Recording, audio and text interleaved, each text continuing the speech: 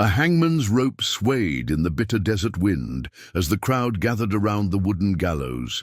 Sarah Matthews stood with her hands bound, her fate sealed by the hasty judgment of fearful settlers. The setting sun painted the sky blood red, casting long shadows across her pale face.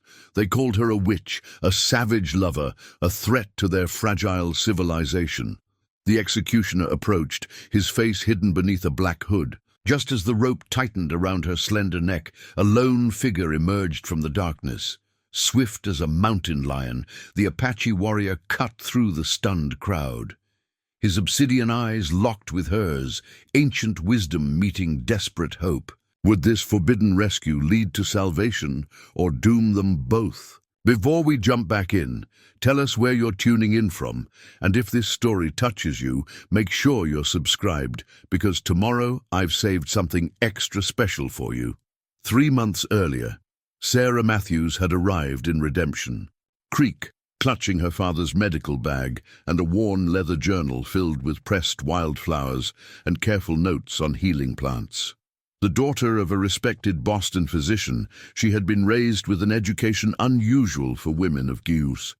Her time, when consumption claimed her father, leaving nothing but debts and memories, she answered her uncle's invitation to join him at his small ranch outside the frontier settlement. Redemption Creek barely deserved the name town.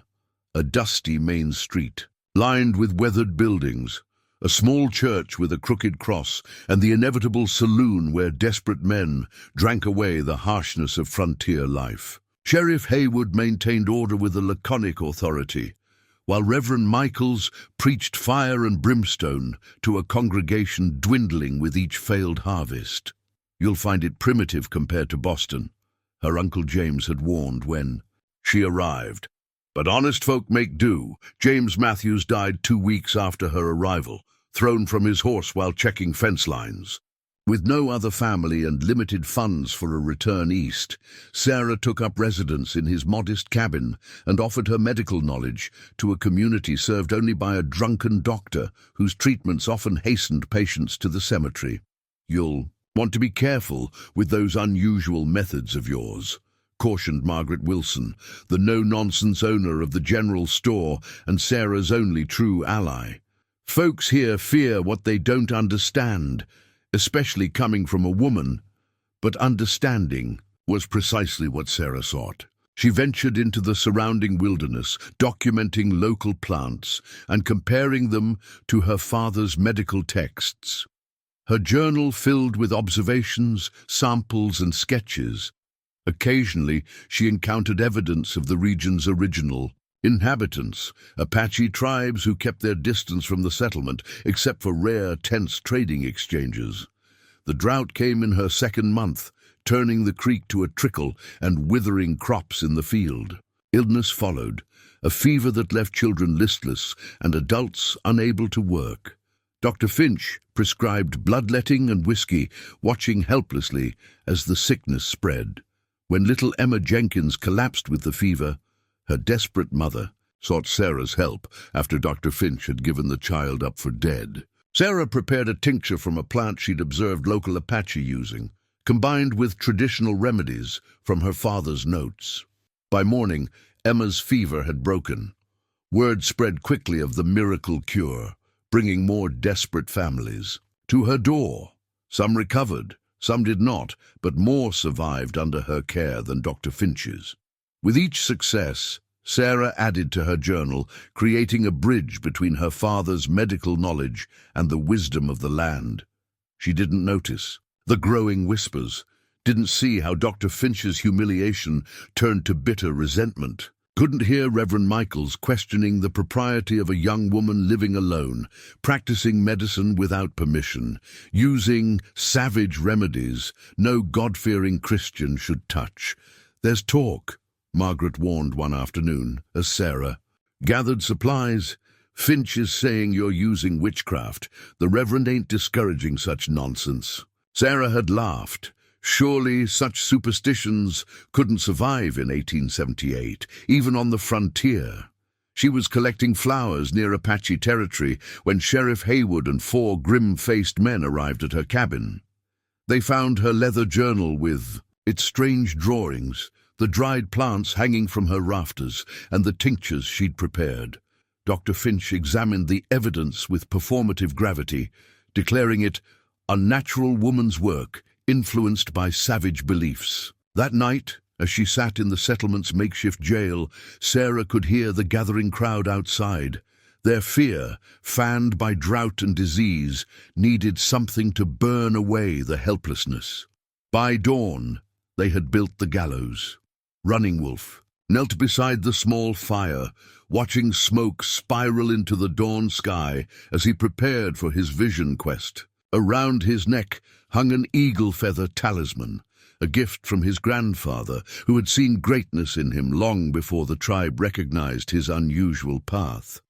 "You will walk between worlds," the old man had prophesied before joining the ancestors. "The eagle feather will guide you when the path divides." The Red Mountain Apache band had maintained an uneasy peace with the white settlers for nearly a decade. Running Wolf understood both sides of that fragile boundary better than most. At age 12, missionaries had taken him to their school, believing an educated native would help civilize his people. For 3 years, he endured their lessons, learning their language and ways while hiding his continued devotion to his tribe's spiritual practices. He returned to his people at 15, neither fully Apache in the eyes of the elders, nor acceptably civilized to the whites.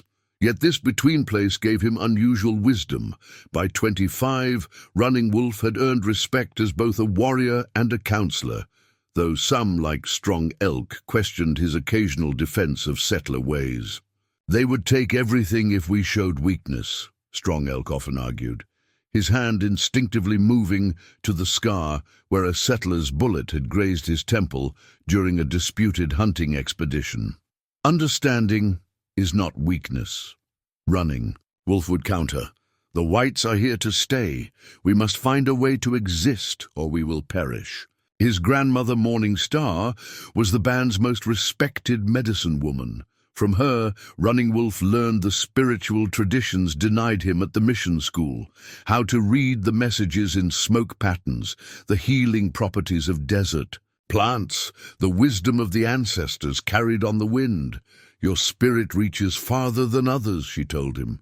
"That is why the dreams come to you so vividly." The dreams had started with the drought, 3 nights of visions that left him drenched in sweat, a pale woman with eyes like the sky, standing at the edge of death, a rope, a moment of decision that would change many lives, the ancestors whispering that he must be ready.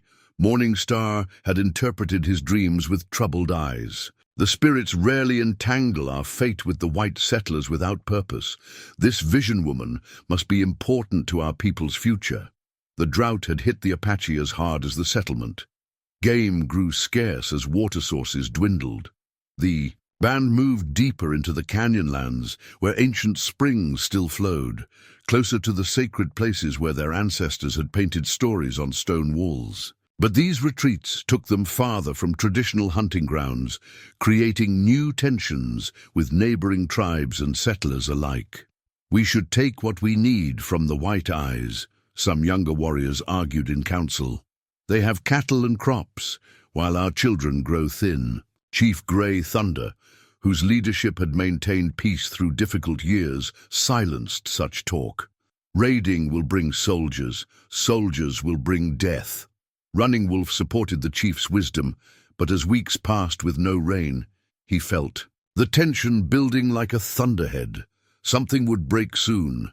In his visions, he saw gathering storms that had nothing to do with rain. On this morning, as he prepared for the ritual that might clarify his dreams, Strong Elk rode into camp with news. "The settlement prepares to hang a woman," he reported, expression grim. "They call her a witch, but whispers say she heals with plants as our people do. Some say she respects the old ways." Running Wolf felt the eagle feather grow warm against his skin. The ancestors were speaking. The moment foretold in his dreams approached. "When?" he asked, already reaching for his weapons. "Today, at sunset." Running Wolf mounted his painted horse, the talisman secure around his neck. The path between worlds was opening before him, and a woman's life hung in the balance. Sarah felt the rough hemp rope scrape against her neck as the executioner adjusted the noose. Her fingers instinctively reached for the silver locket containing her mother's portrait, the last connection to her former life, but her bound hands could not complete the familiar gesture of comfort. The crowd's murmurs swelled as Sheriff Haywood read the hastily prepared charges. Witchcraft, blasphemy, consorting with savages. Dr. Finch stood at the front, satisfaction evident in his rheumy eyes. Beside him, Reverend Michaels clutched his Bible, lips moving in what might have been prayer or condemnation. Only Margaret Wilson's face showed anguish among the sea of fearful, angry expressions. The storekeeper had tried to speak in Sarah's defense, only to be silenced by threats to her own standing in the community. "May God have mercy on your soul," intoned the sheriff, nodding to the executioner. Sarah closed her eyes, refusing to give them the satisfaction of her tears. A sudden commotion rippled through the crowd, shouts of alarm, a woman's scream. Her eyes flew open as smoke billowed across the square, followed by the distinctive war cry of an Apache warrior. He seemed to materialize from the smoke itself, a tall figure on a painted horse, bow drawn, dark eyes fierce beneath a headband adorned with a single eagle feather. With impossible precision, his arrow severed the rope above her head just as the trapdoor dropped beneath her feet. Sarah felt herself falling, then strong arms caught her. In one fluid motion, the warrior pulled her onto his horse. The animal reared, hooves striking out at those who rushed forward, creating space for their escape. "Hold tight," her rescuer commanded in accented English, surprising her further. Arrows from hidden Apache allies provided covering fire, not aimed to kill, but to create chaos and fear. The warrior's horse thundered down the main street and out of the settlement, desert dust billowing behind them like a shield. Sarah clung to the warrior's back, her mind struggling to process the sudden shift from certain death to desperate flight. Behind them, she heard the sheriff shouting orders, the clatter of horses being prepared for pursuit. "Why?" she managed to gasp as they rode hard into the gathering dusk. "The ancestors commanded it," he replied, voice carried back on the wind. They rode for what seemed like hours, the warrior navigating with confidence through terrain that would have bewildered Sarah. When hoofbeats sounded behind them, he led them through a shallow stream, doubling back along its rocky bed to disguise their trail before veering into a narrow canyon invisible from the main trail. Night had fully descended when he finally slowed, approaching a hidden spring where they could rest briefly.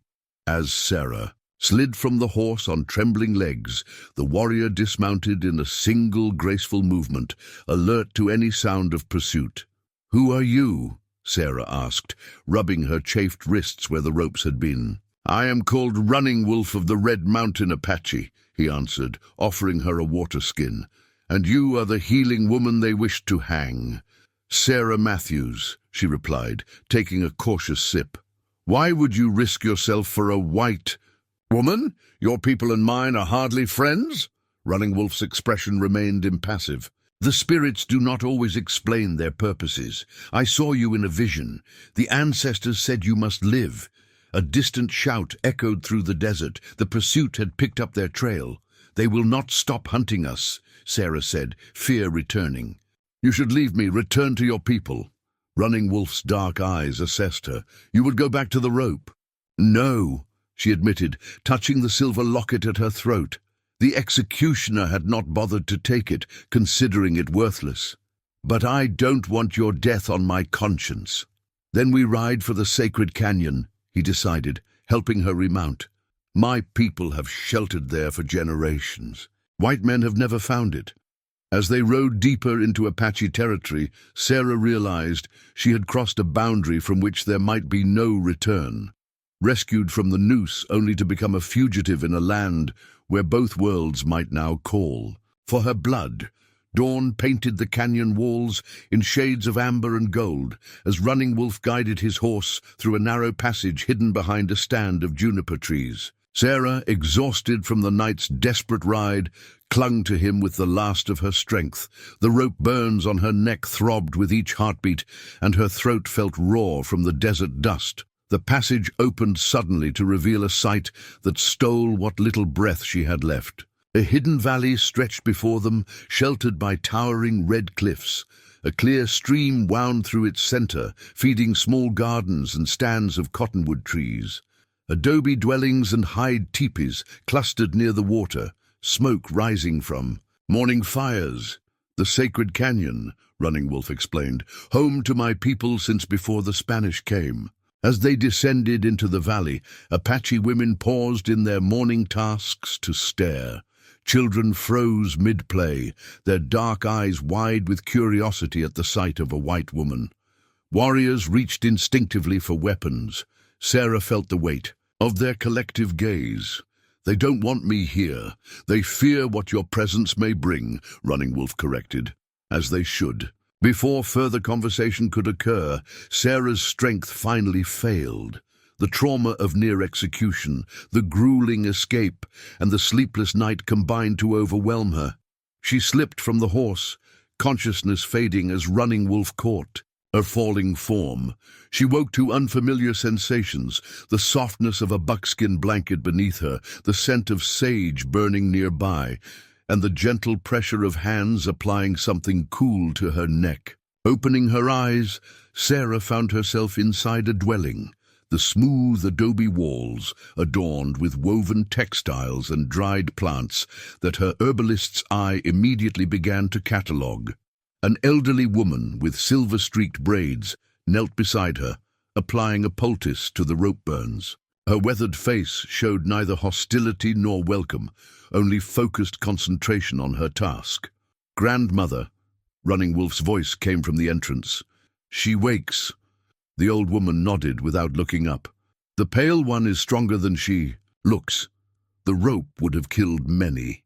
Sarah's hand moved to her throat, fingers brushing against the medicine pouch the woman had placed there. A small deerskin bag filled with herbs, the familiar scent of yarrow mixed with something she didn't recognize. "Thank you," Sarah whispered, her medical training allowing her to recognize skilled care. "Yarrow for the inflammation. And something else?" The old woman's eyes sharpened with interest. "You know the plants?" "Some," Sarah admitted. "My father was a healer among my people. I was learning his ways." Running Wolf translated this exchange, adding something that made his grandmother study Sarah more carefully. "I am Morning Star," the elder finally said through Running Wolf's translation. "The spirits told my grandson to bring you here. I do not yet know if this was wisdom." A commotion outside interrupted their conversation. Running Wolf stepped through the doorway, returning moments later with a grim expression. "Strong Elk has returned from scouting. The white men have posted a bounty for both our heads. They claim I kidnapped you and murdered 2 settlers during our escape." "That's a lie," Sarah protested, trying to sit up despite Morning Star's restraining hand. "You harmed no one during the rescue." Running Wolf's expression remained stoic. "Truth matters little to those who fear. The settlement has requested soldiers from Fort Defiance." "You should send me away," Sarah said, guilt washing over her. "I've brought danger to your people." Morning Star spoke sharply in Apache.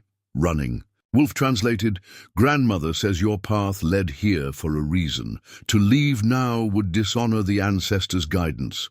His eyes met Sarah's. "The council will decide your fate when you are stronger."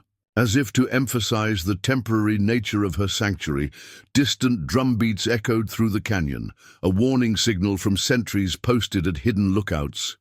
"Rest," Running Wolf advised, moving toward the door. "Heal. You will need your strength for what comes."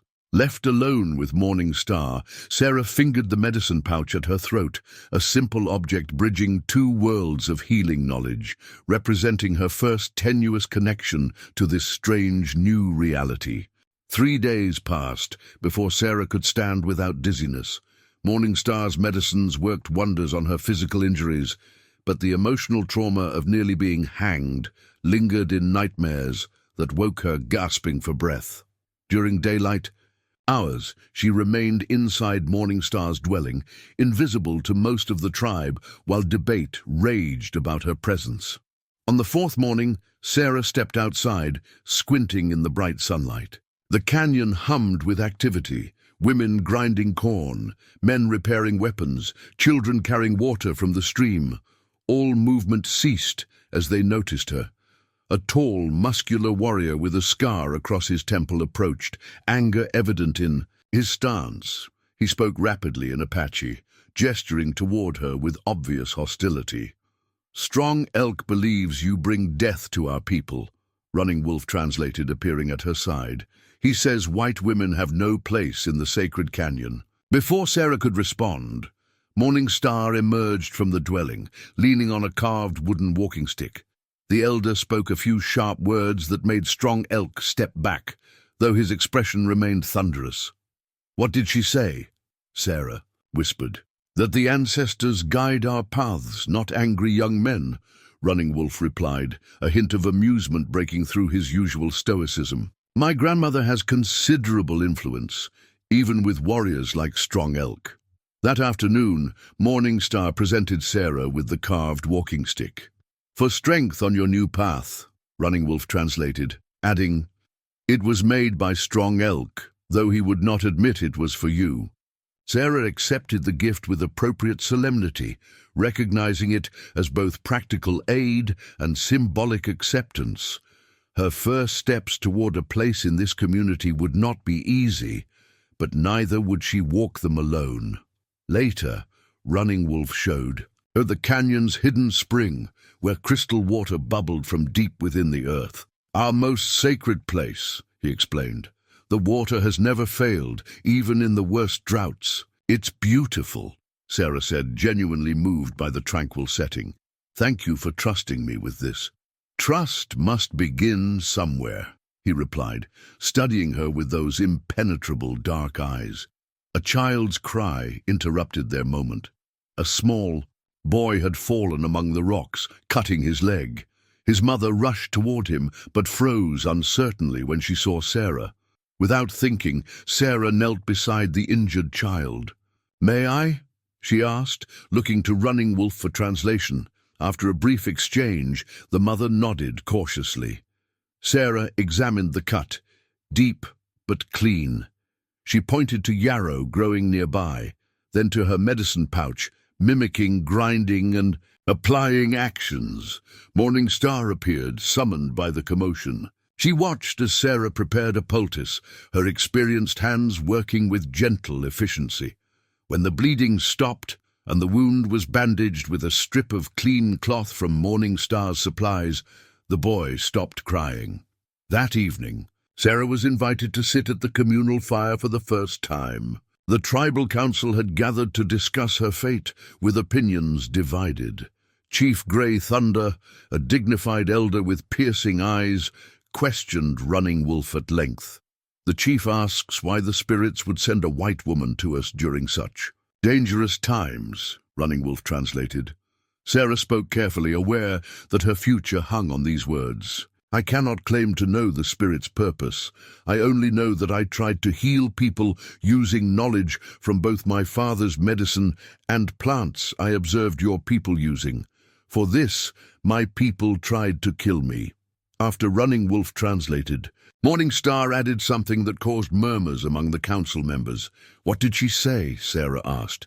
"That knowledge of healing crosses all boundaries," Running Wolf explained. "And that perhaps you were sent to help us face the sickness that comes with drought," Strong Elk argued forcefully, pointing toward the canyon entrance. Other warriors nodded in agreement. "They fear the soldiers will come searching for you," Running Wolf explained, "that you will bring war to our sacred place." Chief Grey Thunder raised his hand for silence, speaking with the measured cadence of final judgment. "The chief says you may stay until the next full moon," Running Wolf translated. "By then your path and ours will be clearer." Sarah clutched the carved walking stick, understanding this was merely a reprieve, not acceptance. She had just under 3 weeks to prove her value to a people with every reason to fear and distrust her kind. A week into her stay, Sarah had established a tenuous routine. Each morning, she assisted Morning Star with preparing medicines, her trained eye, quickly distinguishing between plants used for fever, pain, or wound healing. Though language remained a barrier, the universal principles of healing created a wordless understanding between them. "Your hands know the plants," Morning Star commented through Running Wolf's translation. "They speak when your mouth cannot." In the afternoons, Sarah ventured further into the canyon, carefully observed by at least one warrior at all times, often strong elk, whose suspicious gaze never wavered. She documented new plants in her memory, having lost her precious journal. During the escape, Running Wolf found her one evening sketching a flowering desert plant in the dirt with a stick. "You miss your writing," he observed. "I was recording the plant's properties," she explained. "In my world, we preserve knowledge in books so it can be shared widely." "Our knowledge lives in stories and songs," he replied. "Each generation teaches the next. Both ways have value," Sarah said, surprising herself with how quickly she'd come to appreciate Apache wisdom. Their conversation was interrupted when Strong Elk rode into the canyon at full gallop. He dismounted in a fluid motion, striding toward Chief Grey Thunder with urgent news. The chief called the warriors together immediately. Running Wolf returned to Sarah with a grim expression. "Strong Elk went to trade with a sympathetic settler. He returned with this." He handed her a folded paper. Sarah unfolded the wanted poster, her breath catching. Crude drawings of both her and Running Wolf stared back, with descriptions labeling her a dangerous witch and him a murderous savage. The reward listed would tempt even honest men in these hard times. $200 for each of us, she whispered, fingers tracing the hateful words. "Dead or alive. The soldiers from Fort Defiance have joined the search," Running Wolf added. "They are systematically searching all canyons within 3 days' ride of the settlement." Sarah's heart sank. "I've brought this danger to your people. I should leave, draw them away from here." "And go where?" Running Wolf challenged. "The desert would kill you before the soldiers could." "Then what do we do?" Running Wolf hesitated. "The council debates moving deeper into the mountains until the search passes. Others argue we should stay and defend our sacred place." That night, the tribe gathered around the central fire. Sarah sat beside Morning Star, acutely aware of the sideways glances from those still uncomfortable with her presence. Strong Elk spoke passionately, occasionally pointing in her direction. Though she couldn't understand his words, his meaning was clear. She was a threat to their survival. When he finished, Running Wolf stood. His speech was measured, dignified. Sarah caught her name several times along with Morning Star's. When he finished, an uncomfortable silence fell. "What did you say?" she asked when he rejoined her. "That you have shown respect for our ways and brought healing knowledge. That the ancestors guided me to save you for a purpose we may not yet understand." Chief Grey Thunder spoke next, his authority quieting all whispers. When he finished, the tribe dispersed to prepare for sleep. An air of decision settled over the camp. "We stay," Running Wolf translated, "but we prepare for all possibilities."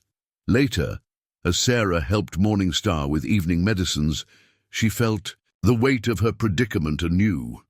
"I wish I could speak with them directly," she confessed. "Perhaps if they knew me better, they would fear me less." Running Wolf considered this. "Perhaps it is time you learned some of our words, and we learned some of yours." Over the next days, between preparations for possible conflict, informal language lessons began. Sarah learned Apache words for plants and medicines, Running Wolf, and Morning Star learned English terms. Others watched curiously as simple communication became possible without translation. "Water," Sarah would say, pointing. "Two," Morning Star would reply. "Medicine," Sarah would continue. "AZ," came the response. These small bridges of understanding grew alongside the larger tensions. Each morning, Scouts departed to track the soldiers' progress. Each evening, they returned with reports of searching parties moving ever closer to their hidden sanctuary. "They will find us eventually," Running Wolf admitted one sunset as they watched scouts return. "No secret remains hidden forever." Sarah touched the wanted poster she kept as a reminder of the danger she represented. "Then we must be ready when they do." 2 weeks into her stay, Sarah sat cross-legged among the Apache women, carefully shaping wet clay into a water vessel under morning star's patient guidance. Her first attempts had collapsed, earning good-natured laughter from the children watching. Nearby, now, her fingers moved with growing confidence, mimicking the techniques passed down through countless generations. "Good," Morning Star approved in halting English, one of the dozen words they now shared directly. "Strong hands." Sarah smiled, the simple praise warming her more than seemed reasonable. Acceptance came in small moments. A shared meal, a child, no longer hiding behind its mother when she passed.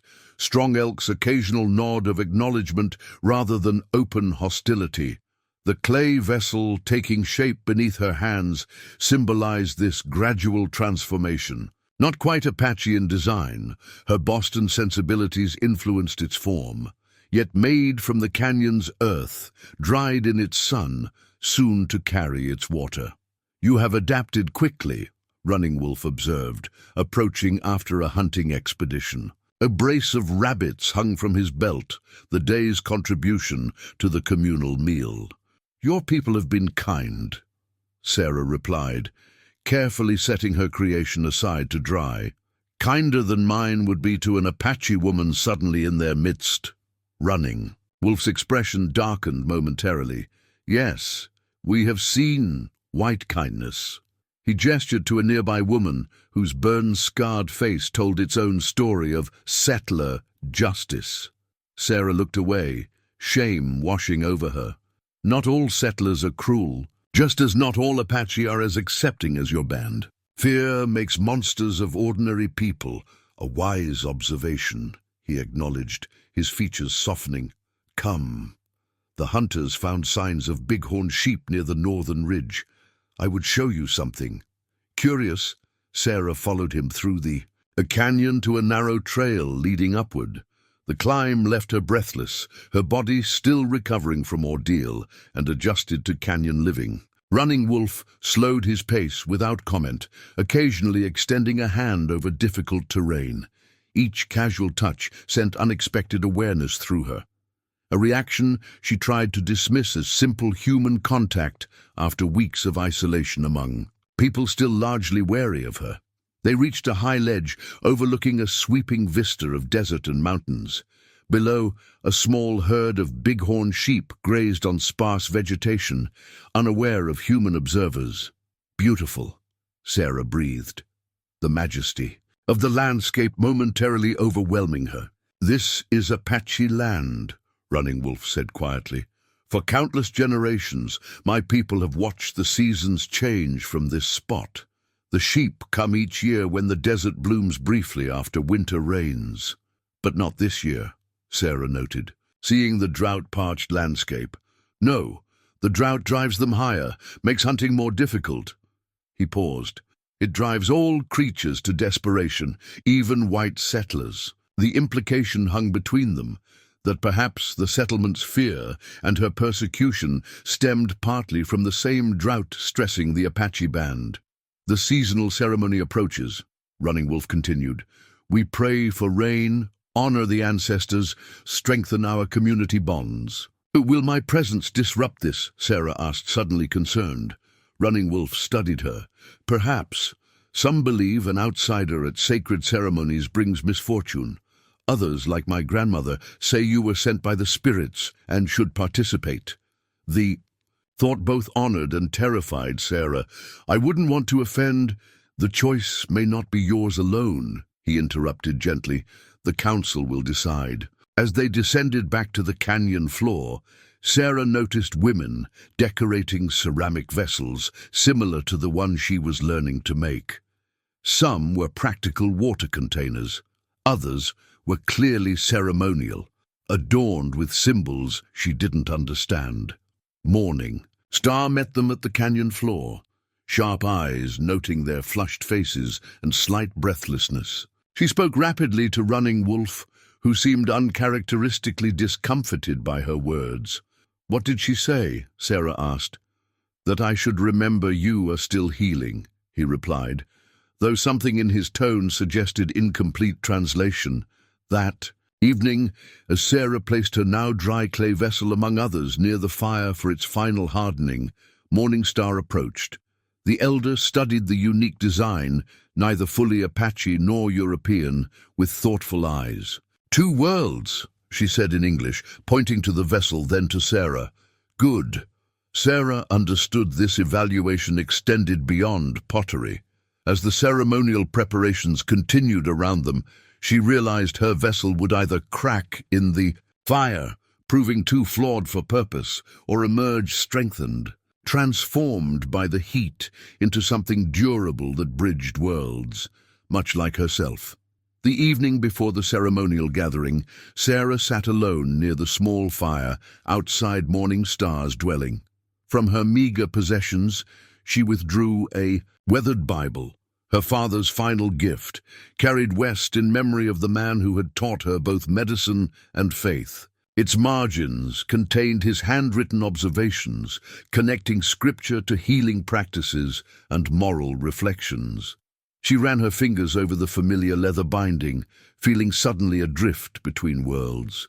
The Apache spiritual preparations, happening throughout the canyon, bore little resemblance to Reverend Michael's thundering sermons, yet she sensed a similar yearning for connection to something greater than human understanding.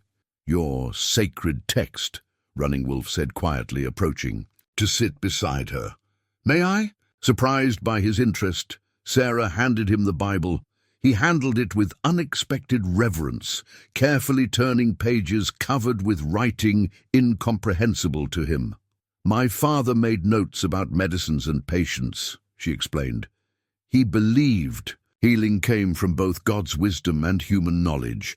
Running Wolf nodded. "Not unlike our medicine people, the spirit's guide, but we must learn to listen and understand." He returned the Bible, their fingers brushing momentarily. "The missionary school taught us your God's words, but forbade our own spiritual practices. They could not understand that the Great Spirit and your God might be the same power called by different names. Reverend Michaels would call that blasphemy," Sarah said, remembering the preacher's rigid certainty. "And what does Sarah Matthews call it?" Running Wolf asked, his dark eyes reflecting firelight. She considered carefully. "I believe God speaks to different peoples in ways they can understand. The same sun shines on all of us, whether we call it sun, soul, or she." A hint of a smile touched Running Wolf's usually stoic features. "You learn our words well." The drought had worsened, with the stream running dangerously low despite the sacred spring's continued flow. The entire canyon felt the strain. Game grew scarcer, plants withered, children received smaller portions at meals. "Your people prepare to pray for rain," Sarah observed. "Will it work?" "Sometimes," he answered honestly. "The ceremonies connect us to the ancestors and each other. They remind us we are not alone in our struggles." He paused. "Does your Bible offer similar comfort?" Sarah opened to a well-worn page. "The Psalms speak of drought and rain, suffering and deliverance, different words, similar understanding." Their conversation continued late into the night, comparing spiritual traditions without judgment. Sarah described church hymns. Running Wolf explained ceremonial songs. She spoke of biblical parables. He shared Apache teaching stories. Two traditions, worlds apart, yet sharing common human yearnings for meaning and guidance. The next morning, Strong Elk returned from scouting with alarming news. The soldiers had changed search patterns, moving methodically toward canyons previously considered too remote to check. "They are persistent," Chief Grey Thunder observed in the hastily gathered council meeting. "They must believe the reward worth the effort. Or they have other reasons to find this place," Running Wolf suggested, exchanging troubled glances with Sarah. The council decided to proceed with the ceremony despite the threat, perhaps because of it. The tribe needed spiritual strength now more than ever. That afternoon, Sarah helped Morningstar prepare special ceremonial herbs. Working side by side, they had developed an efficient partnership, communicating through a mixture of simple words, gestures, and shared understanding of medicinal properties. "You join ceremony?"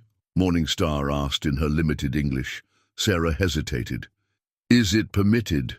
The elder woman nodded slowly. "Running Wolf speaks for you. Council says yes." The significance of this inclusion wasn't lost on Sarah.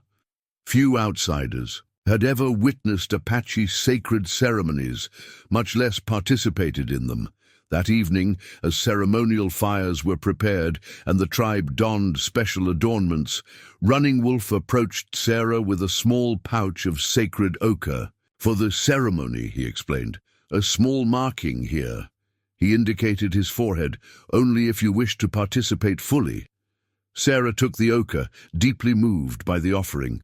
"I would be honored." As she prepared for the ceremony that would further bind her to these people who had saved her life, Sarah caught sight of her Bible resting beside an Apache medicine pouch, symbols of her journey between worlds.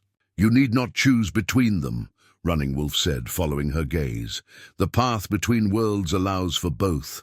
Their eyes met in shared understanding as the ceremonial drums began to beat, calling the tribe to gather under stars that shone equally on all human aspirations toward the divine. The rain ceremony continued through the night, drums pulsing like heartbeats beneath chants that rose and fell like wind. Sarah participated with respectful attention, following Morningstar's subtle guidance. The ochre mark on her forehead felt like both a privilege and a responsibility. Acceptance came with obligation to honor the tribe's ways. Dawn arrived without clouds, the sky a merciless blue that offered no hope for rain. Exhausted but somehow renewed, the tribe dispersed to rest before resuming daily tasks. Running Wolf and Sarah walked toward Morningstar's dwelling in companionable silence. "Sometimes the ancestors answer prayers in unexpected ways," Running Wolf said, noticing Sarah's glance toward the cloudless sky. "Like sending a white woman to an Apache healer," she ventured with a small smile. "Perhaps exactly like that," he replied, his hand briefly touching hers. Their moment of connection shattered as Strong Elk and two warriors rode hard into the canyon, dust billowing behind their horses. The lead rider clutched something wrapped in hide. The camp mobilized instantly, sensing urgent news. Chief Grey Thunder emerged from his dwelling. A Strong Elk dismounted and unwrapped his bundle. Sarah couldn't see the contents, but the reactions, sharp intakes of breath, angry murmurs, told her the news was dire. Running Wolf pushed through the gathering crowd, then froze at whatever he saw. His expression hardened into something Sarah hadn't witnessed before. Cold fury mixed with confusion. He conferred briefly with Strong Elk before returning to Sarah. "A settler has been murdered," he said flatly. "Harrison Parker, a rancher whose land borders traditional Apache hunting grounds." "That's terrible," Sarah replied. "But why would Strong Elk bring news of a single settler's death? Surely tensions between settlers and Apache aren't unusual." Running Wolf's jaw tightened. "Because of how he died." He hesitated. "An arrow through his heart. A distinctive arrow with a unique poison." Sarah felt a chill despite the morning heat. "Apache?" "It appears so," Running Wolf acknowledged. "But something is wrong. The poison used, it's distinctive to our band, yes, but we use it for hunting large game, not against humans. And the arrow's placement..." He shook his head. "No. Warrior would waste such an arrow on a solitary rancher, nor leave it to be found." A grim-faced warrior approached, speaking rapidly to Running Wolf, who translated for Sarah.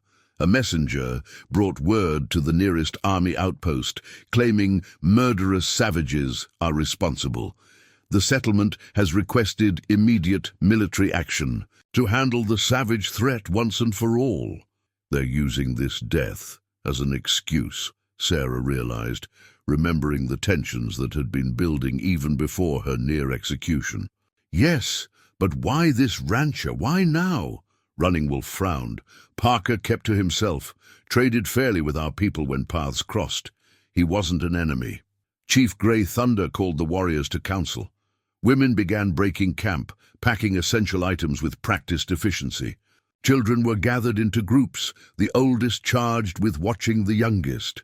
"What's happening?" Sarah asked. "Precautions," Running Wolf explained.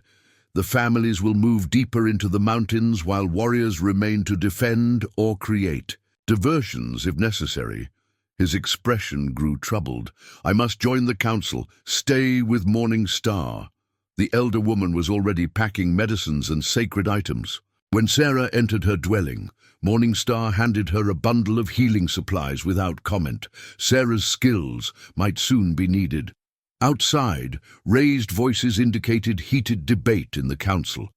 Through the dwelling's entrance, Sarah could see Strong Elk gesturing forcefully, occasionally pointing in her direction. The warriors nodded in agreement. When Running Wolf finally returned, his expression was grave.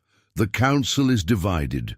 Some believe we should abandon the canyon temporarily, disappearing into lands too harsh for soldiers to follow. Others argue for defending our sacred place." "And what about me?" Sarah asked quietly. "I'm a liability to your people now." Running Wolf's dark eyes held hers. "Strong Elk believes so. He argues you should be escorted to neutral territory, left to make your own way." The unspoken alternative hung between them, that her death would simplify matters. One white woman's disappearance would mean little against the threat of military action against the entire tribe. "And what do you believe?" she asked. "I believe there is more happening than we understand," he replied. "The arrow that killed Parker, I examined it carefully. Its construction was wrong, similar to ours, but not made by Apache hands. Someone wants to incite war between our peoples." "Then I should return to the settlement," Sarah decided. I could tell them they would hang you before you spoke a word," Running Wolf interrupted, "and they would not believe you regardless." "Then what can we do?" Running Wolf's expression shifted to one of determination. "We find the truth before more blood is spilled. The council has granted me 3 days to investigate before final decisions are made." "Us," Sarah corrected. "We investigate. I know the settlers' ways as you know Apache ways." He studied her for a long moment before nodding slowly. "Us, then. But it will be dangerous, Sarah Matthews, for both of us." "I was meant to die at the end of a rope," she reminded him. "Every day since has been an unexpected gift." Their eyes held for a moment longer than necessary, an unspoken current passing between them that had nothing to do with murder investigations or tribal politics. "We leave at nightfall," Running Wolf decided. "Rest while you can." Moonlight silvered the desert landscape as Sarah and Running Wolf approached the settlement boundary. They had traveled through the night, taking a circuitous route to avoid patrols. Now, hidden among juniper trees on a ridge overlooking Harrison, Parker's ranch, they watched soldiers examining the murder scene by torchlight. "They're still gathering evidence," Running Wolf whispered. "The captain seems thorough." Sarah studied the military procedures with a frown. "Too thorough for a simple settler murder. One might think they were expecting trouble." When the soldiers finally departed, Sarah and Running Wolf cautiously approached the ranch house. Blood still stained the porch where Parker had fallen. Running Wolf examined the area with a tracker's precision while Sarah entered the modest cabin. Someone searched. "This place," she called softly. Papers were scattered across a simple desk, drawers left open, furniture askew. Running Wolf joined her inside. The killing wasn't a random act of violence. Parker was targeted specifically. But why? Sarah rifled carefully through the papers. He was a solitary rancher with no family. A floorboard creaked beneath her feet. Sarah paused, pressing down again to hear the hollow sound. "Running Wolf, help me with this." Together they pried up the loose board, revealing a hidden compartment containing a leather document case. Inside lay a surveyor's map with property boundaries marked in red ink. "This shows Parker's ranch and surrounding areas," Sarah observed, "including part of the canyon system where your people are camped." She traced a section of the map. "There's writing here. Notes about mineral deposits." Running Wolf studied the markings with growing concern. "These boundaries have been altered. This line here, it extends much further into Apache territory than any previous agreements." A notation in the margin caught Sarah's attention. "Assay confirms rich silver deposits throughout region. New boundaries essential to secure mining rights. Parker uncooperative despite offers." "Silver," Sarah breathed. "They found silver on Apache land." "And Parker refused to support their land grab," Running Wolf added grimly. "So he became an obstacle to be removed, while conveniently blaming his death on Apache raiders to justify military action." Sarah's voice hardened with anger. "Who would benefit from this?" A sound outside froze them both. Running Wolf extinguished their small lamp as torchlight appeared through the windows. Voices approached, not soldiers returning, but several men in civilian clothing. "Check everything again," a commanding voice ordered. "We can't risk leaving any documentation that contradicts our version of events." Running Wolf pulled Sarah into a back room seconds before the men entered. Through a crack in the door, she glimpsed familiar faces. Harold Jenkins, a wealthy merchant from the settlement. William Foster, who had recently arrived claiming to represent Eastern investors. And most shocking of all, Sheriff Haywood. "Parker's death is regrettable but necessary," Foster was saying. "He refused to sell his land rights or support the boundary adjustments. Without his parcel, we couldn't establish a contiguous claim." "And the Apache angle?" the sheriff asked, sounding uncomfortable. "Perfect timing," Jenkins replied. "The witch woman's escape with an Apache brave already had people on edge. This incident gives the army justification to clear the entire region.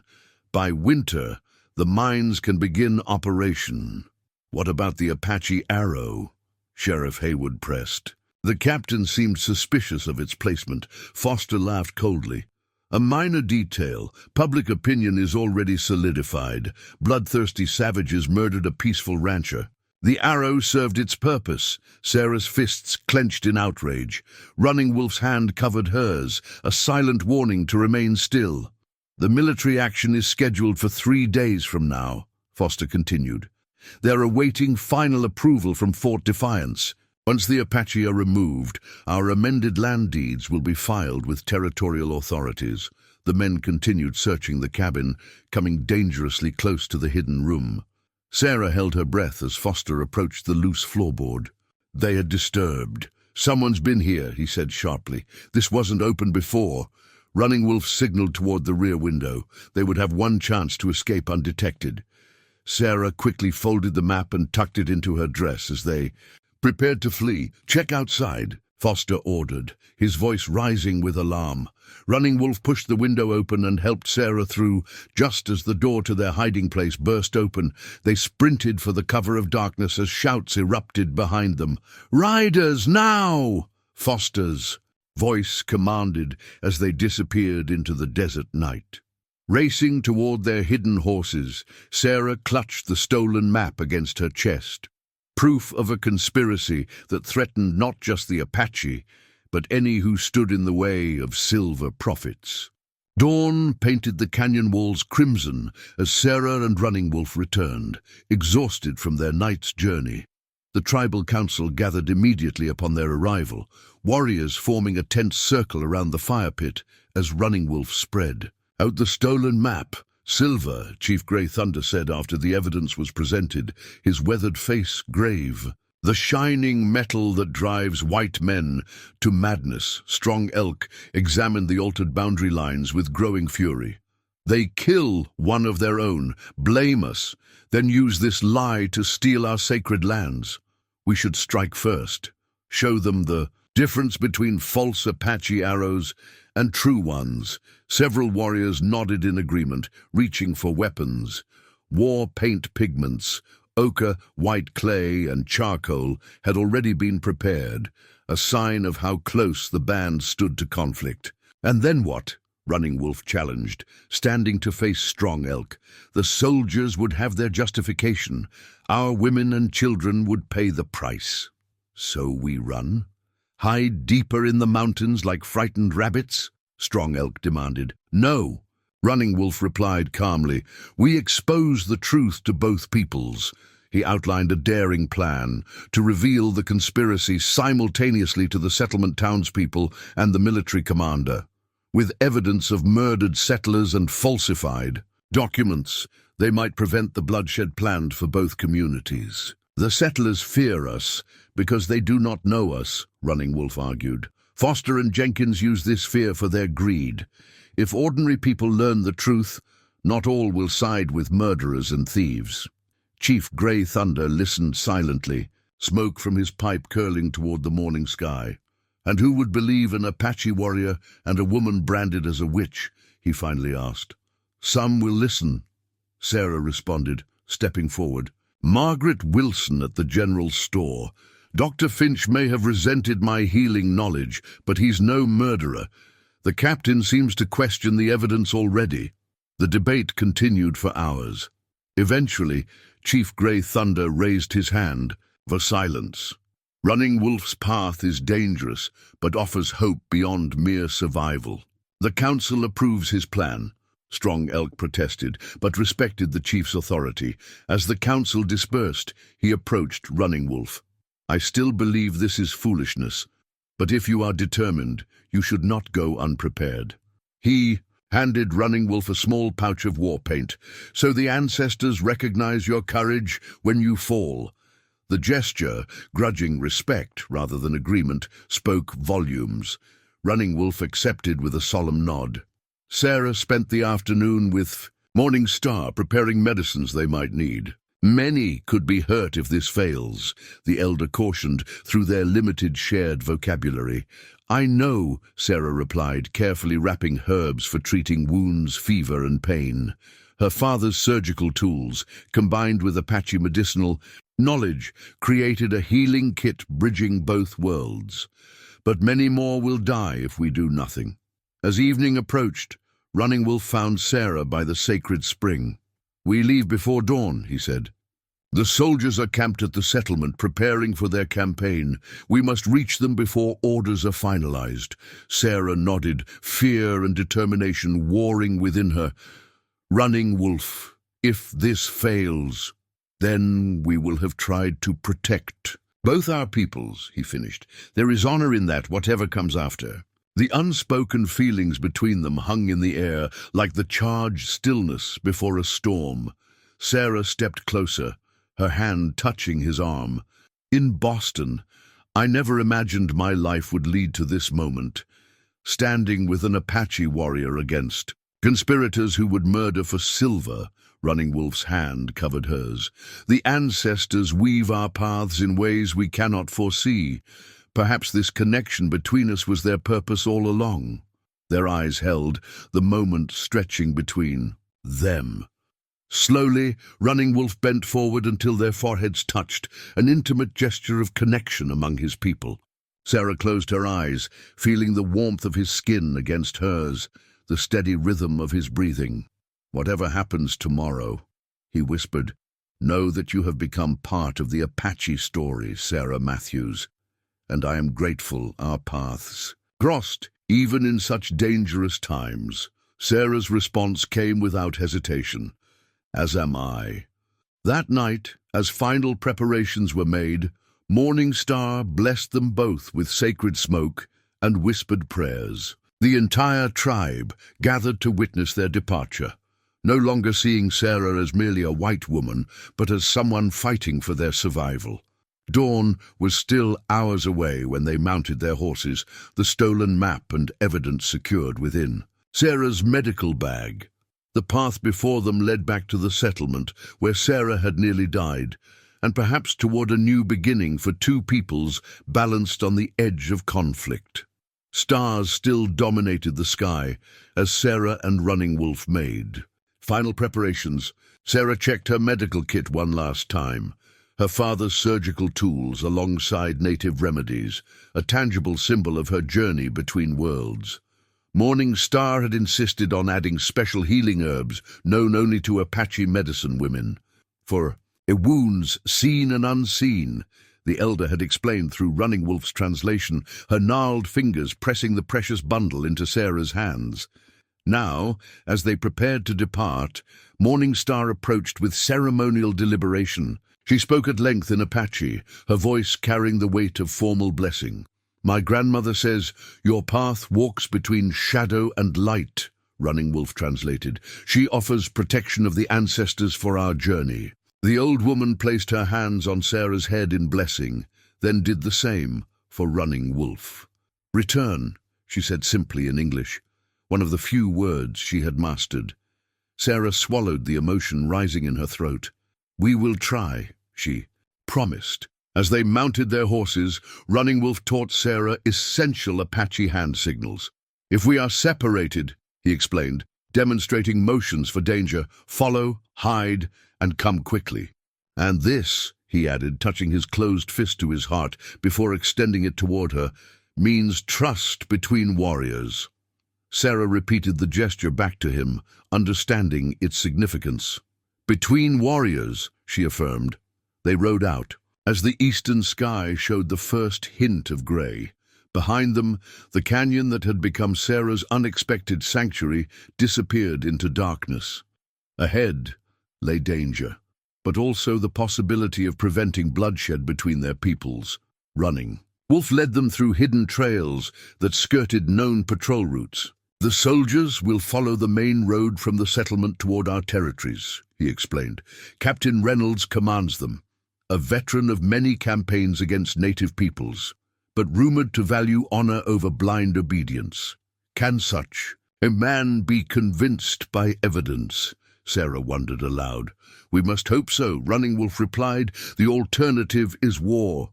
By mid-morning, they reached a vantage point overlooking the valley. Below, dust clouds signaled the movement of troops, at least 20 soldiers on horseback, moving with military precision toward Apache territory. "They've begun their advance sooner than expected," Running Wolf observed grimly. "We must intercept them before they reach the canyon approaches." Sarah studied the terrain. "There's a narrow pass ahead, where the road follows the creek. We could wait there. A good place for an ambush," Running Wolf noted with irony, "which makes our peaceful approach even more dangerous." They urged their horses down a precipitous trail, racing to reach the pass before the soldiers. As they rode, Sarah rehearsed what she would say to Captain Reynolds, how to explain her transformation from condemned prisoner to advocate for peace between peoples who saw each other only as enemies. The words seemed inadequate against entrenched hatreds, and the conspiracy they sought to expose. "Will they even listen before shooting?" she asked. "We must make them listen," Running Wolf replied. "I will approach openly, hands empty. You will carry the white flag." Sarah nodded, though fear coiled in her stomach. "And if they shoot first?" Running Wolf's eyes met hers. "Then we die knowing we tried to prevent greater bloodshed." The stark reality of their mission settled between them. They might well be riding to their deaths on the slim hope that truth could overcome prejudice and greed. As they neared the pass, Running Wolf suddenly reined his horse to a halt, raising his hand in warning. He dismounted, examining the ground. "With a tracker's precision. Riders passed recently," he reported. "Not soldiers, unshod ponies moving fast. Apache." Sarah's heart sank. "Strong elk?" "And others," Running Wolf confirmed. "They must have followed us, believing our plan too risky. Or planning to ensure it fails," Sarah suggested, remembering Strong Elk's opposition. A warrior party could see this as the perfect opportunity to strike the soldiers while they're vulnerable in the pass. Running Wolf remounted with fluid grace. "Then we must reach both groups before blood is shed. Once killing starts, words become useless." They spurred their horses forward, racing against time and the violent intentions of those who saw no path but conflict. The pass loomed ahead, its narrow walls soon to contain either the beginning of understanding or the spark of a war that would consume both their worlds. "Whatever happens," Running Wolf said as they rode, "know that you have become Apache in spirit, Sarah Matthews." She reached across to grasp his arm briefly. "And you have shown me what it truly means to bridge worlds, Running Wolf." Together, they rode toward uncertainty, carrying fragile evidence and fragile hope against the weight of history and hatred. The settlement of Redemption Creek came into view as Sarah and Running Wolf crested the final ridge. They had made a crucial decision. Rather than intercepting the military column, they would strike at the heart of the conspiracy first. If they could expose Foster and Jenkins publicly before the soldiers engaged with strong Elks warriors, there might still be hope for peace. "The town square," Sarah suggested, pointing to the central gathering place, ironically the same location where she had nearly been hanged. "Saturday morning. The market will be busy." Running Wolf nodded grimly. "Many witnesses, but also great danger for both of us." They approached cautiously, using the cover of outlying buildings. Sarah had wrapped her distinctive auburn hair beneath a shawl borrowed from Morning Star, while Running Wolf wore a settler's duster over his Apache clothing, insufficient disguises for close inspection, but enough to prevent immediate recognition at a distance. The market square buzzed with activity. Farmers sold meager drought-affected produce. Traders hawked goods, and children darted between stalls. On the steps of the general store, Sarah spotted Margaret Wilson overseeing a delivery. Near the saloon stood Jenkins, deep in conversation with Foster and several well-dressed strangers, likely the Eastern investors backing the mining operation. Sheriff Haywood patrolled the edge of the square, his discomfort evident in his rigid posture and watchful eyes. He knew what was coming: the military action, the displacement of the Apache, the mining operations that would transform the struggling settlement into a boom town built on blood and silver. "There," Running Wolf murmured, indicating a silver bullet one of the investors was displaying, a prop to demonstrate the riches awaiting those who supported their venture. "The first fruits of land they do not own." Sarah's eyes narrowed at the sight. "We need to gather everyone's attention at once." "Leave that to me," Running Wolf replied. "Be ready to speak when the moment comes." They separated, Sarah moving toward Margaret Wilson while Running Wolf circled behind the general store. Their plan was simple but dangerous: create a diversion, then present their evidence before anyone could silence them. Sarah approached Margaret cautiously. The storekeeper's eyes widened in shock as she recognized her presumed dead friend. "Sarah Matthews." "Dear God, listen carefully," Sarah interrupted in a hushed voice. "I need your help. Foster and Jenkins murdered Harrison Parker and are framing the Apache to steal their land for silver mining." Margaret's expression shifted from shock to grim understanding. "I knew something wasn't right when they suddenly offered to buy my store at twice its value." "We have proof," Sarah continued urgently, "but we need to expose them publicly before." A commotion erupted at the far side of the square. Running Wolf had mounted a water trough, his duster discarded to reveal his Apache attire. His commanding presence froze the crowd in shocked silence before panic could erupt. "People of Redemption Creek," he called out in clear, accented English, "I come not as an enemy, but as one who seeks truth." Gasps and shouts rippled through the crowd. "Sheriff!" Haywood drew his pistol, but hesitated to fire with so many bystanders present. Foster and Jenkins exchanged alarmed glances, the investor group backing away from the confrontation. Sarah pushed through the stunned crowd to join Running Wolf. "My name is Sarah Matthews," she announced, removing her headscarf. 3 weeks ago, you gathered to hang me as a witch. Today I return with evidence of real evil in your midst." She held up Parker's map and documents. "Harrison Parker was murdered, not by Apache raiders, but by men among you who discovered silver on Apache land and needed his property to access it." The crowd's murmurs grew as Sarah pointed directly at Foster and Jenkins. These men killed. Parker planted false evidence to blame the Apache and planned to profit from the bloodshed of both our peoples. Foster's face contorted with rage. This woman consorts with savages. She's clearly deranged. The boundary lines on this map have been altered, Sarah continued, unfolding the evidence. Parker's original survey shows the silver deposits lie on Apache territory protected by treaty. Jenkins pushed forward, drawing a concealed pistol. Enough of this nonsense. Sheriff Haywood, caught between duty and conscience, finally made his choice. Lower your weapon, Jenkins. The tense standoff was interrupted by pounding hoofbeats as a military rider galloped into the square, his uniform dusty from hard riding. Captain Reynolds requests immediate reinforcements, the soldier announced breathlessly. Apache warriors have been spotted near Serpent Pass. Strong Elk had made his move. Foster seized the moment of distraction. You see? The savages attack while their spy distracts us with lies. He raised a silver bullet, gleaming in the sunlight. This is the future of Redemption Creek. Wealth beyond imagining. Will you let it slip away because of a witch and her savage lover? The crowd's mood shifted dangerously as confusion and greed battled with uncertainty. Running Wolf's hand found Sarah's, their fingers intertwining as they faced the growing hostility together. The tension in the square thickened as townsfolk shifted uncertainly between Sarah and Running Wolf's accusations and Foster's promises of silver wealth.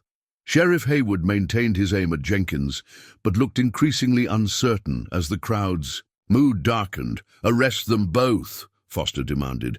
They're clearly conspiring with the Apache raiders. The moment balanced on a knife's edge, until Margaret Wilson pushed through the crowd, a weathered scroll clutched in her hand. I've heard enough, the storekeeper announced, her authoritative voice cutting through the murmurs. My father was among the first settlers here. He believed in dealing honestly with the native people. She unrolled the scroll, a faded treaty document bearing official seals. This original agreement shows the true boundaries. Compare it to their map. Several respected elders moved forward to examine both documents. The evidence was clear. The boundaries had indeed been altered on Parker's map. Harrison came to me the night before he died, Margaret continued. He suspected Foster was falsifying documents but needed proof. He found it and paid with his life. Foster's face contorted with rage. This changes nothing. The Apache are still attacking our soldiers. We must defend ourselves. Because you've provoked them with murder and lies, Sarah countered. Captain Reynolds must be told the truth before more blood is shed. As if summoned by her words, a contingent of cavalry rode into the square, led by a stern-faced officer with a graying moustache. Captain Reynolds dismounted, surveying the tense scene with narrowed eyes. What's happening here? He demanded. I dispatched for reinforcements, not a town meeting. Foster stepped forward smoothly. Captain, we've captured the escaped prisoner and her Apache accomplice. They're attempting to undermine our security with wild accusations. Accusations supported by evidence, Sheriff Haywood interjected, finally committing himself.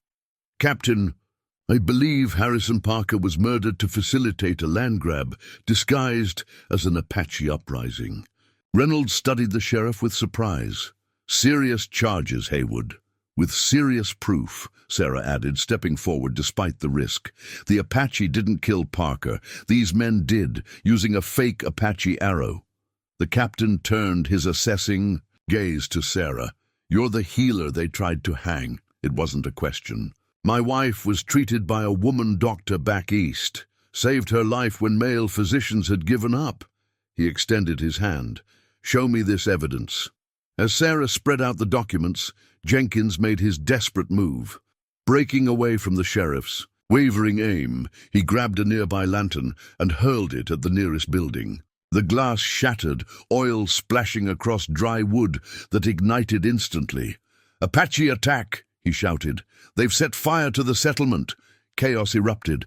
Townsfolk scattered as flames leapt hungrily from building to building in the drought-stricken settlement. Foster used the distraction to disappear into the panicked crowd, organize a bucket line. Reynolds commanded his men, military discipline cutting through the chaos. Running Wolf surveyed the rapidly spreading fire with alarm. "The wind pushes the flames toward the ammunition store," he warned. "If it reaches there, everyone will die." Reynolds finished grimly. "We need more hands." Running Wolf's expression hardened with decision. "I can provide them." He turned to Sarah. "The hunting party, Strong Elk and the others. They're close. With your permission, Captain, I can bring Apache warriors to help fight this fire." Reynolds hesitated only briefly before nodding. "Do it. Saving lives matters more than old hatreds." As Running Wolf disappeared toward the settlement's edge, Sarah organized the women to treat burns and smoke inhalation, her medical kit providing crucial supplies. Margaret Wilson converted her store into an impromptu hospital. Captain Reynolds led his men in firefighting efforts while Sheriff Haywood searched for the fleeing conspirators. The flames spread relentlessly, feeding on sun-baked wood and drought-parched surroundings. When Running Wolf returned, he brought not only Strong Elk and his warriors, but women from the nearby Apache camp, all coming to fight a common enemy, more dangerous than human prejudice. Strong Elk gave Sarah a curt nod of acknowledgement before directing his warriors to join the bucket line. Ancient enemies worked side by side, passing water from the creek to combat the blaze, threatening to destroy them all. Sarah treated injured from both communities, applying her father's medical training and Morning Star's healing herbs without distinction. In the midst of chaos, barriers momentarily dissolved in the face of shared survival. As Sarah finished bandaging a burned Apache warrior, Foster emerged from the smoke, a gun trained directly at her heart. His fine clothes were disheveled, his face blackened with soot and twisted with hatred. "You've ruined everything," he snarled, cocking the pistol. "I won't leave empty-handed." Sarah stared down the barrel, strangely calm in what seemed her final moment, until a silver bullet whistled through the air, striking Foster's shoulder with ironic justice. He crumpled, the gun falling from nerveless fingers. Captain Reynolds lowered his smoking pistol. "Justice seems fitting," he observed dryly. "Saved by the very silver he was willing to kill for." Dawn revealed the settlement's scarred face, charred buildings, smoke-stained walls, and exhausted people. The fire had been contained before reaching the ammunition store, but several structures stood in ruins. Miraculously, no lives had been lost, though many suffered burns and smoke inhalation. Sarah worked tirelessly through the night, her medical skills never more needed. Running Wolf had stayed by her side, translating for Apache patients and assisting with treatments. As morning light filtered through the makeshift infirmary windows, he gently touched her shoulder. "You must rest," he insisted, offering a cup of coffee that Margaret had prepared. Sarah accepted gratefully, her hands trembling with fatigue. "What happens now?" she asked, looking toward the town square where Captain Reynolds conferred with Sheriff Haywood, Chief Grey Thunder, and several tribal elders. The improbable gathering centered around an ancient ceremonial peace pipe that the chief had brought forth, its stone bowl and wooden stem carved with symbols of both war and harmony. Though few present understood its full significance, all recognized the profound gesture it represented. "The captain seems honorable," Running Wolf observed. "He's promised to report the true circumstances of Parker's death and the conspiracy to his superiors." "Will they believe him?" Sarah wondered. "Some will resist," Running Wolf acknowledged, "but the evidence is strong, and Reynolds carries influence from previous campaigns. Foster and Jenkins had been taken into military custody, along with two of their investor partners. They would face justice for murder, conspiracy, and inciting violence between communities. Though Sarah harbored no illusions about the challenges ahead in a legal system that rarely valued Apache testimony, the immediate crisis had passed, but the deeper wounds between the cultures remained. Yet something had shifted during the night of fire. Apache warriors and settlers passing water buckets hand to hand, women from both communities tending to each other's children, ancient barriers momentarily yielding to shared humanity. Captain Reynolds approached them, his uniform smoke-stained, but his bearing still military precise. "Miss Matthews," he acknowledged with a respectful nod, "your medical skills saved many lives last night." "As did Apache cooperation," Sarah replied pointedly. "Indeed." Reynolds turned to Running Wolf. "Your people fought to save a settlement, not their own. Chief Grey Thunder tells me this was your doing." Running Wolf shrugged slightly. "Fire threatens all equally." "True enough." The captain's weathered face showed hints of a new perspective forming. "I've seen too many conflicts between our peoples. Perhaps it's time for a different approach." He explained that he would recommend establishing formal communication channels between the settlement and the Apache band, regular meetings to address concerns before they escalated to violence.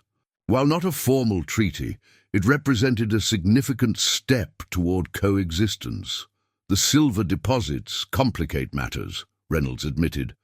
"The territorial government will still want access, but legitimate negotiations might be possible now, with fair compensation rather than theft. My people value the land beyond its minerals," Running Wolf noted. "But we understand the white man's ways enough to know that without formal agreements, more fosters will come." As they spoke, Dr. Finch approached hesitantly. The physician who had once condemned Sarah as a witch now looked diminished, his confidence shattered by the night's events. "Your treatment saved lives, my methods could not," he acknowledged stiffly. "I may have been hasty in my previous judgment." Not quite an apology, but Sarah recognized the concession for what it was. "Perhaps we could share knowledge," she suggested. "Your formal training combined with natural remedies might serve the community better than either approach alone." The doctor's surprise gave way to cautious consideration. Perhaps. By midday, an impromptu council had formed in the town square. Chief Grey Thunder and Captain Reynolds sat opposite each other, with Running Wolf translating the formal exchanges. Sarah watched from the sidelines, witnessing the first tentative steps toward understanding. Margaret Wilson joined her, bringing fresh coffee. "Quite a change from your last appearance in this square," she observed dryly. Sarah touched her neck, the rope scars still visible. "The journey between then and now seems impossible, yet here we are." Margaret followed Sarah's gaze to Running Wolf. "Though I suspect your journey isn't finished yet." Sarah felt warmth color her cheeks. "What makes you say that?" The storekeeper chuckled. "I've lived long enough to recognize when two people share more than just a common cause." Her expression grew serious. "It won't be an easy path." "No," Sarah agreed, watching as Running Wolf guided the complex cultural negotiations with patience and wisdom. "But perhaps worth traveling nonetheless." That evening, with formal discussions concluded for the day, Running Wolf found Sarah at the edge of town, gazing toward the distant mountains that sheltered the Apache Canyon. "Chief Grey Thunder has invited representatives from the settlement to visit our sacred spring," he told her, "a first step toward trust." "And what of us?" Sarah asked quietly. "Where do we belong now? I'm no longer welcome in the settlement. And your people—" "My people have accepted you," Running Wolf interrupted gently, "and some here have begun to see beyond fear and superstition." He paused, considering his next words carefully. "Perhaps we belong between worlds, building bridges rather than walls." A week after the fire, Sarah stood at the boundary between two worlds, literally. Before her stretched the settlement, slowly rebuilding with new purpose. Behind her rose the canyon lands, where the Apache maintained their ancient ways. She had traveled between these spaces daily, bringing medicine to both communities while helping establish cautious communication. The sun dipped toward the horizon as Running Wolf approached, leading their horses. "You seem troubled," he observed. "Not troubled," Sarah corrected. "Contemplative. So much has changed so quickly." Indeed, the landscape of both their lives had transformed dramatically. Captain Reynolds had departed for Fort Defiance with his prisoners, but left behind a small detachment of soldiers under orders to protect the peace process rather than enforce displacement. The Settlement Council, now led by Margaret Wilson after Sheriff Haywood's resignation, had formally rescinded Sarah's witch condemnation. Chief Grey Thunder had granted Running Wolf authority to represent Apache interests in ongoing negotiations. "Walk with me," Running Wolf suggested, tethering their horses to a nearby juniper. They followed a narrow trail leading to a small mesa overlooking both territories. As they climbed, Sarah noticed Running Wolf carried a bundle wrapped in decorated hide. At the summit, the dying sun painted the landscape in amber and gold, erasing the artificial boundaries between Apache and settler lands. Running Wolf spread a blanket on a flat stone, inviting Sarah to sit. "Morningstar asked me to give you this," he said, unwrapping the bundle to reveal an intricately woven blanket. Geometric patterns in deep blue, red and white formed a distinctive design unlike typical Apache textiles. "It's beautiful," Sarah said, running her fingers over the fine weaving, "but different from others I've seen." "It is a two-spirit blanket," Running Wolf explained. "In our tradition, some people carry both masculine and feminine spirits within them. They hold a special place as healers and bridge builders between different aspects of life." He paused. "Morning Star says this blanket represents our path. Two spirits, two cultures, two ways of seeing that join to create something new and valuable." Sarah held the precious gift with trembling hands, understanding its profound significance. "Your grandmother sees much." "She sees what has been growing between us," Running Wolf said softly. "As do I." The confession hung in the air between them, unspoken, feelings finally acknowledged. Sarah's heart raced as she met his steady gaze. "Any path we walked together would be difficult," she said, giving voice to practical concerns despite her emotions. "Neither world fully accepts such connections." "True," Running Wolf acknowledged, "but perhaps that is precisely why it matters. The hatred between our peoples comes from seeing only differences. Together, we might show another way." He took her hand, his touch gentle yet sure. "I do not offer an easy life, Sarah Matthews, but I offer one with purpose and with love." The word, so simple yet so profound, settled between them like a promise.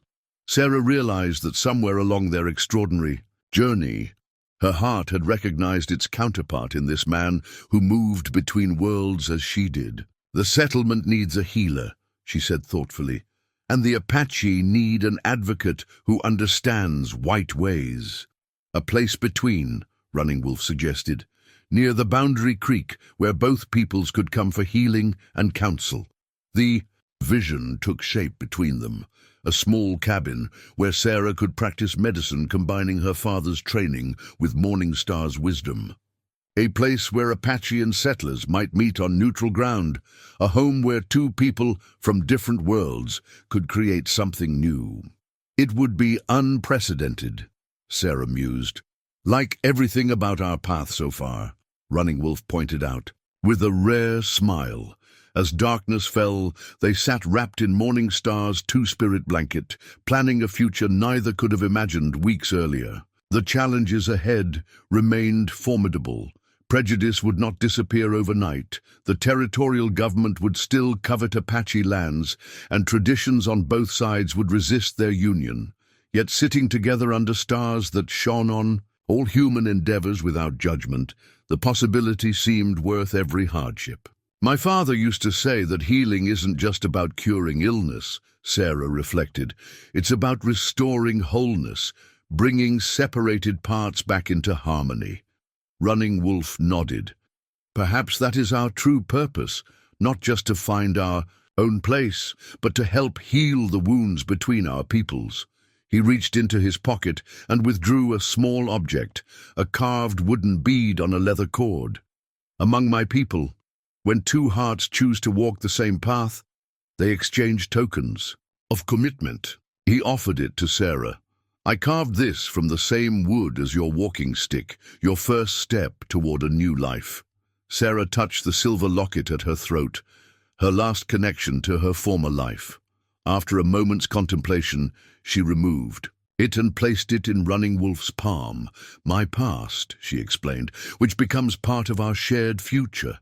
As Running Wolf tied his carved bead around her neck and she fastened her locket around his, Morningstar's blanket enfolded them both, separate, traditions woven into a single shared warmth against the desert night. 5 years later, the small dwelling near Harmony Creek, as the boundary stream had been renamed, stood as testament to perseverance and vision.